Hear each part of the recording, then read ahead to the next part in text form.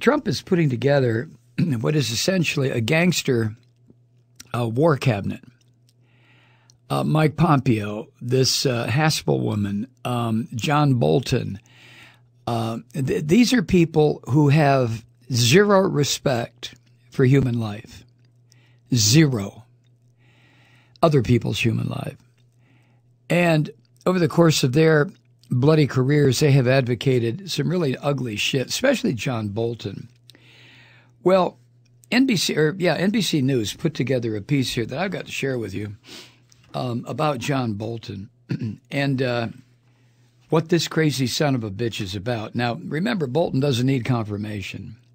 He's the new national security advisor, which is not a cabinet position. So nobody got a chance to question this. I don't know what's wrong with Bolton. There is something seriously wrong with him, though. I can't think of anybody other than Dick Cheney who's so well-defined a sociopath. Now, I'm serious. Cheney and Bolton, they have their emotional range. It goes all the way from grim to ugly. That's all they have. I don't think either one of these men have ever in their lives experienced anything that brought them any pleasure. Certainly not Bolton. But anyway, let me share some of this with you. Bolton chaired before he came to work here for Trump. See, remember Bolton had a hiatus in government work. George W. Bush had to sneak him in when the Congress was out of session, what they called a recess appointment to get him onto the UN Security Council. Most of the lawmakers in Washington do not like this guy. Now, that doesn't really mean anything because most of the lawmakers in Washington, D.C. are a bunch of cowardly bastards to begin with. But anyway, he's back. While he was gone, he chaired a nonprofit that has promoted false anti-Muslim news and articles, some of which was amplified by a Russian troll factory. Yep, here they are again. Here the Russians are again. Bolton is the type who wants to see an alliance between what he considers to be white nations, Caucasians. And he will do that at the expense of just about anything. That's the reason he's been working with this Russian troll factory. Now, NBC News is the one that came up with this. The group's authors, the nonprofit, also appeared on Russian media, including Sputnik and RT News. And when they went on those Russian propaganda outlets that could be picked up here in the United States, they criticized mainstream European leaders like, French President Emmanuel Macron, who happens to be in Washington this weekend, right? Or this week. Now, from 2013 until last month, Bolton also was chairman of something called the Gatestone Institute. Gatestone. It's a New York-based advocacy group that warns of a looming jihadist takeover of Europe, which will lead to what they're calling a Great White Death. Now, what do you think the white in those three words represents? A Great White Death. It means white people. Christians. Well, white Christians. Now, this group, the Gatestone Institute, according to NBC News, has published numerous stories and has headlines on its website with similar themes. Here's one from May 2017. Here's the headline. Germany confiscating homes to use for migrants. That's what the headline said. But what actually happened, a single apartment rental property in Hamburg that had gone into temporary trusteeship. That's it. Another headline from February 2015 claimed the immigrants, for instance, Somalis, in Sweden, were turning Sweden into, quote, the rape capital of the West. Now, this shit comes from the Gatestone Institute, of which Bolton was chairman. Please keep this in mind. Now, spokesman for the Council on American Islamic Relations, a civil rights group, Ibrahim Hooper, said Gatestone, quote, is a key part of the whole Islamophobic cottage industry on the internet, end quote. And Hooper added that John Bolton, being associated with Gatestone, quote, and in one of the most powerful positions on the planet, is very disturbing, end quote. Because Trump is such an empty-headed asshole that Bolton will be able to get inside Trump's skull and do any kind of a tap dance this crazy warmongering killer wants to do. And Trump will go along with it because Bolton will point out to Trump that this is the way you become a man. This way you show your authority. This way you show your power. By killing people. Lots of people. Now, on its webpage, Gatestone says it's a nonpartisan, nonprofit, quote, dedicated to educating the public about what the mainstream media fails to report, end quote, on a variety of topics, including human rights, free speech, and energy. Yeah, mainstream media doesn't report it, it being nothing but made-up bullshit, so Gatestone's going to report it for you and get further inside your brain. I mean, really, you know, when you stop and consider how many for-profit like the Fox Sewer and non-profit like Gatestone, Breitbart, 4chan, all these goddamn insane bullshit news sites, advocacy sites, when you consider how many there are, and how closely they're working with Putin and the Russian trolls, to just abso-fucking-lutely destroy democracy and then participate in saving the white race. This is some serious shit, folks. A woman named Alina Polyakova, a Brookings Institution fellow who studies this far-right populism and neo-fascism shit, and she studies disinformation campaigns in the European Union, said that Gatestone, the organization that John Bolton has been chairman of, Gatestone is, quote, putting out content that is clearly anti-immigrant, anti-Muslim, and is echoing some of the Russian disinformation propaganda being spread by internet trolls and on social media, end quote. So John Bolton's organization has been working hand in glove with Putin's fascist Russia. I don't want to stir up old arguments and shit, but how long ago was it, back before the election, when the hard left writers in this country were insisting that negative comments and remarks about Russia were coming from totally misguided liberals who didn't know what the hell they were talking about. Remember that? Polyakova said she and others in the Washington foreign policy community were, her word, surprised that John Bolton had chaired this group because they are so fucking evil. Now, Bolton, he formally started as Trump's national security advisor early in April.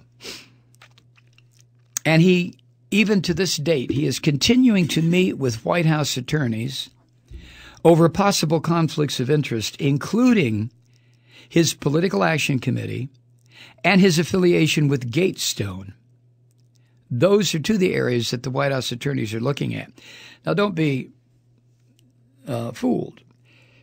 The White House attorneys will do what the fuck Trump tells them to do, even though they're supposed to be independent of the president. He has his own attorneys. The White House attorneys are supposed to be the guardians of the traditions and rules and laws and applicable this and that for the White House. But in the Trump era, that doesn't mean anything.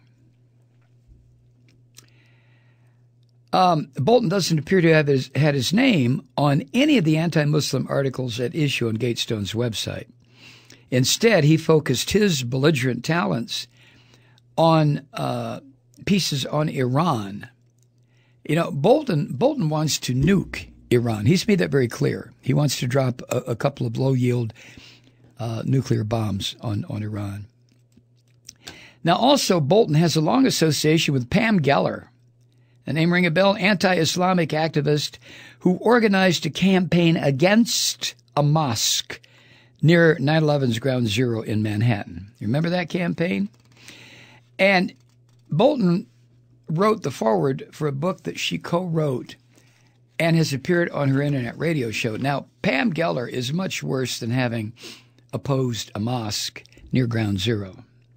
Pam Geller is another fascist who hides behind her anti-Islamic horseshit. But she is a fascist to the very same degree that Bolton is. Now, getting back to Gatestone, by pushing all of this anti-Muslim news, Gatestone had a common purpose with a broader Russian disinformation campaign that is trying to portray Western society as at risk of Islamization.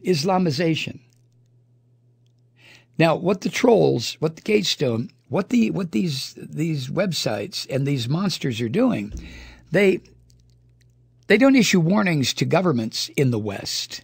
They go on social media and spread bullshit so that people, a lot of ignorant people, a lot of unsophisticated people, a lot of people who couldn't find their ass with both hands where it concerns geopolitical topics, they go for those people and fill their heads with this bullshit.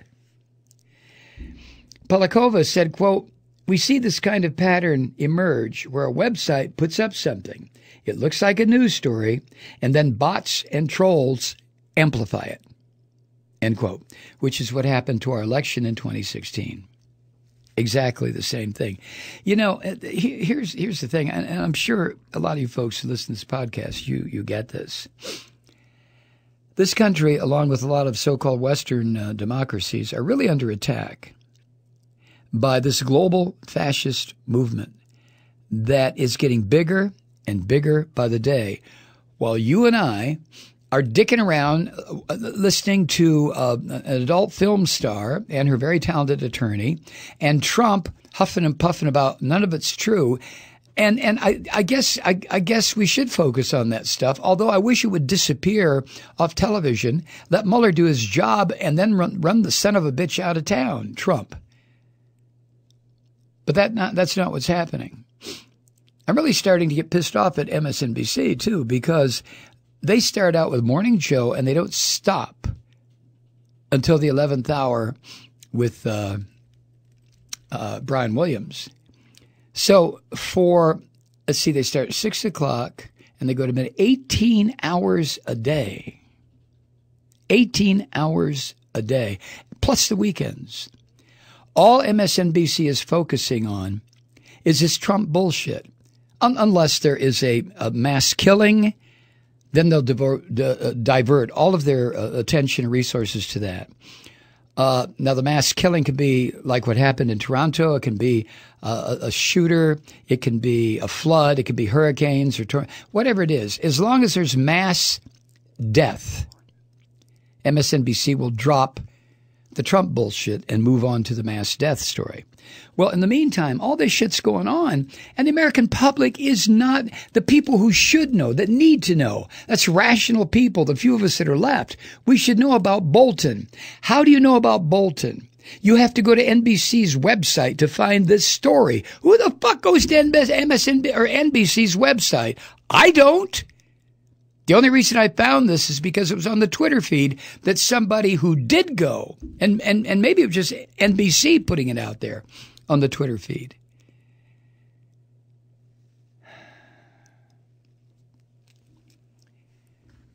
Gatestone has put out such bullshit. Some of the group's work was widely distributed, including that claim about Muslim-controlled no-go zones in France.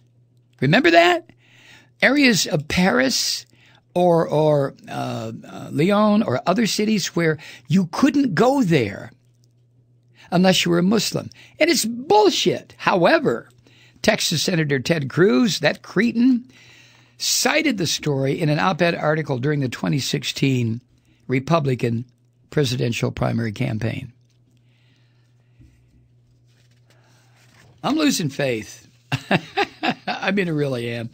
In the resiliency of Western democratic or liberal democratic institutions. Now, the sad part is, in my opinion, we brought this on ourselves. United States, United Kingdom, France, Holland, Spain, Germany, the imperial powers of the 19th century, the 20th century,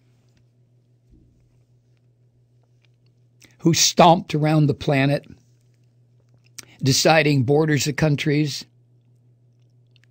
breaking nations into pieces, telling people this is how it's going to go. And these were all whites. These were all Caucasians who did this. And the rest of the world, the Middle East, Africa, South America, Central America, Asia, they tried to resist, and it didn't work. The biggest example of resistance was Gandhi bringing the British Empire to its knees. But there's an awful lot of pent up, built up, just abso-fucking-lutely rage against whites on this planet. And every single bit of it is deserved.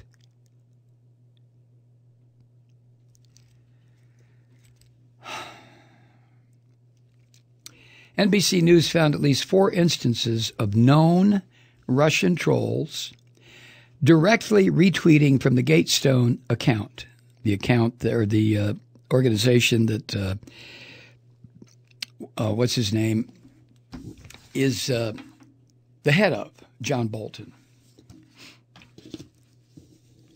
That's according to an NBC News database of deleted tweets sent by Russian trolls. Now, the stories were sent by trolls identified by Twitter as working for the Kremlin-linked, remember this group, Internet Research Agency? They're the ones that invaded our electoral databases. They're the ones that completely fucked up our last election. So that even though Clinton won by 3 or 4 million votes, they knew how to target states that would show up in Trump's column in the electoral vote. And that made all the difference.